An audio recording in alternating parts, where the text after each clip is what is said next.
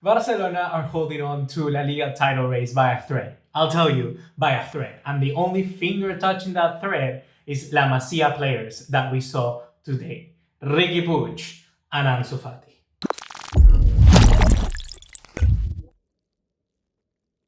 What's going on, guys? ¿Cómo están? BugaLuis here. Welcome back to another video here on the channel. And today, of course, we're here to talk about the game between Athletic Bilbao and Barcelona that got played today in the Camp Nou. And we saw Barcelona winning this game by 1-0. It was a goal from Rakitic, a very, I would say, unexpected goal, but one that is surely welcome. Just like always, we're going to be heading into the pre-match section of the game first. And here's where we saw some very big surprises. I gotta be honest with you, seeing Artur play from the get-go, play as a starter, really caught me off guard, because we're talking about Artur playing in a current situation where it was just revealed and reported that Juventus were very close to agreeing a fee for the player. So I didn't know exactly how that was going to make him feel, and especially in a game like this, where Barcelona have already lost the title, I'll say the title league, but not really, the top of La Liga. And this would certainly be kind of like a huge bargain from him to bear. I made a video discussing this just some few hours before the game, so if you probably didn't get to see it, go there after this video and check it out. We talk about that news specifically, but we saw that today that actually kind of had an impact.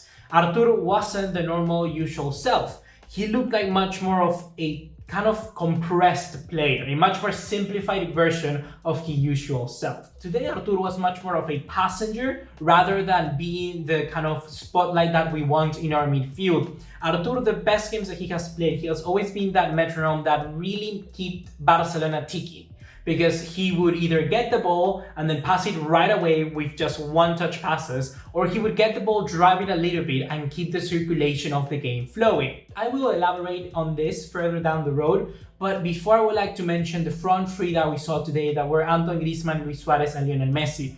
We haven't seen that many games of all of those three players starting from the get-go, and that was also a very welcome surprise. I have to be honest to you and say that for the first initial minutes, we saw a good impact from Antoine Griezmann because he had that main reference alongside Luis Suarez. We saw Antoine Griezmann being much more close to the central area and wouldn't tend to drift as much wide. That job was left most of the time to Luis Suarez, and he looked much more adept there. Also, not having to be the main frame of reference for the entire play of the team served for Antoine Griezmann to really free roam a little bit more and find the spaces as the play developed. And that is something that would only help Antoine Griezmann because, like I already said and mentioned in the video before, he tends to be much more of a secondary striker, and sometimes we forget about that. With all of that being mentioned, we have to move onwards into the first half, and here I would like to begin by talking how the strategy of Bilbao really helped them out. Because we were struggling at the first half, and it was clear to see and evident that Barcelona were not finding their feet and getting into the rhythm of this match. Garitano utilized a very similar plan as to what Lopetegui did with Sevilla. We saw that they used Sancet as that kind of forward-minded midfielder, but not necessarily for the sense of attacking. This was a player that was mostly employed so that he could pressure very high up the field, and likewise pressure and man-mark someone like Sergio Busquets. It didn't help Sevilla that much in that game because it didn't contribute at all to any of their attacks, but here Athletic Bilbao kind of learned from that, and they realized that the best way to kind of ignore that section of the midfield that was much more focused on denying the play of Barcelona, they could just simply go with long balls. And that's how Athletic Bilbao were able to pressure really high up Barcelona while keeping their defensive shape, because they would normally utilize a long ball to find Iñaki Williams, and they had pace up front, something that Sevilla doesn't have. So that is why they could simply exploit that. They used Iñaki Williams to get the ball and get their numbers further up the field without necessarily to break their shape. And that is why I believe in this game Bilbao were much more solid, and likewise they were more deadly when they weren't in their counterattacks. Very early on, and I mean very early, 4 minutes in, we already have seen two chances, one for Barca and one for Bilbao. The first came from Bilbao, and it was a kind of crucial save from Ter Stegen that managed to stop it. And at initial sight, it might be seeming it was kind of like a dumb mistake from Ter Stegen because it was a very short rebound. But if you really take a look at it, Ter Stegen was doing something very intelligent. He was waiting out to see whether someone was going to head the ball from the cross.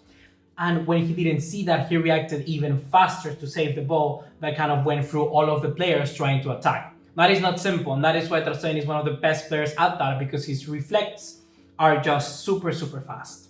The other attack came from the front three, Griezmann, Suarez and Messi. And I already mentioned how Griezmann did a lot better having Suarez as a reference, but having Lionel Messi also further behind allowed them to really get very good touches when it came to the counterattacks. And Antoine Griezmann looked much more freely to find those spaces in between the lines, because he didn't have to do all the work himself. Another player next to him, like Suarez, was also helping him to stretch out the opposition. And that was good for Barcelona, because the touches in the counterattacks and everything was good, because those three players together managed to understand each other. I must be honest with you and tell you that that was pretty much the first half. The second one is where we saw all of the big and crucial moments. 10 minutes into the second half, we saw the introduction of Riqui Puig for Artur Melo. And yes, indeed, Artur Melo was not playing a good game. For me, this substitution was probably the best that we could have seen, because we had a player in Riqui Puig that would employ the normal tactics of what they learn in La Masia, or the career football, if you want to call it that. If you don't know what I mean, is to simply get the ball, pass it, and then move. And either when you get it and you don't find space, create it for yourself. That is something that is very crucial that not too many midfielders do. And here I'm going to put you a scenario. Let's say I'm Riqui Puig. If you get the ball and then I pass it and I do not move, the defender that is marking me has no incentive whatsoever to move. Therefore, the space that the defenders are creating will stay the same and the defensive unit will continue to prevail. But if I pass the ball and then I move once again, as a defender, then I have to move to continue to mark that player. That is how you open up the spaces. That is football 101.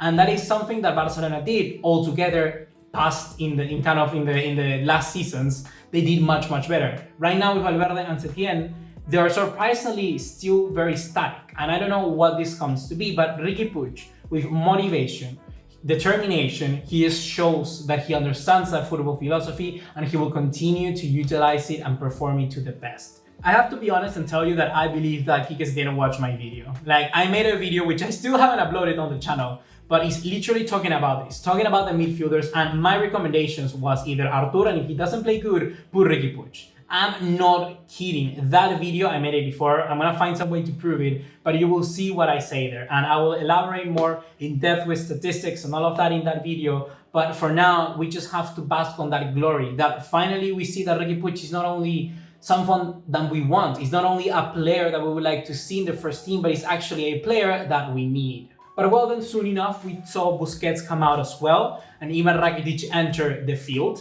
And this is something that, once again, no joke, Quique Setien saw my video, because I also recommend that sometimes Busquets could come out, because when you have such defensive block, Sergio Busquets and the main role that he does, which is distributing the ball, will normally kind of just end up being useless in a way, because he doesn't have the space in front of him to really circulate the ball as much as he wants it to be.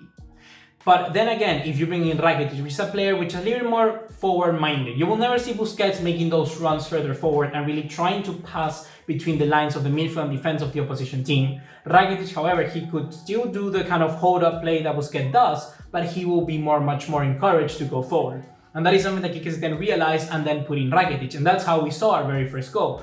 And it seems that simply the long-hair Rakitic is much better, because he finally understands what hero at Barcelona it is.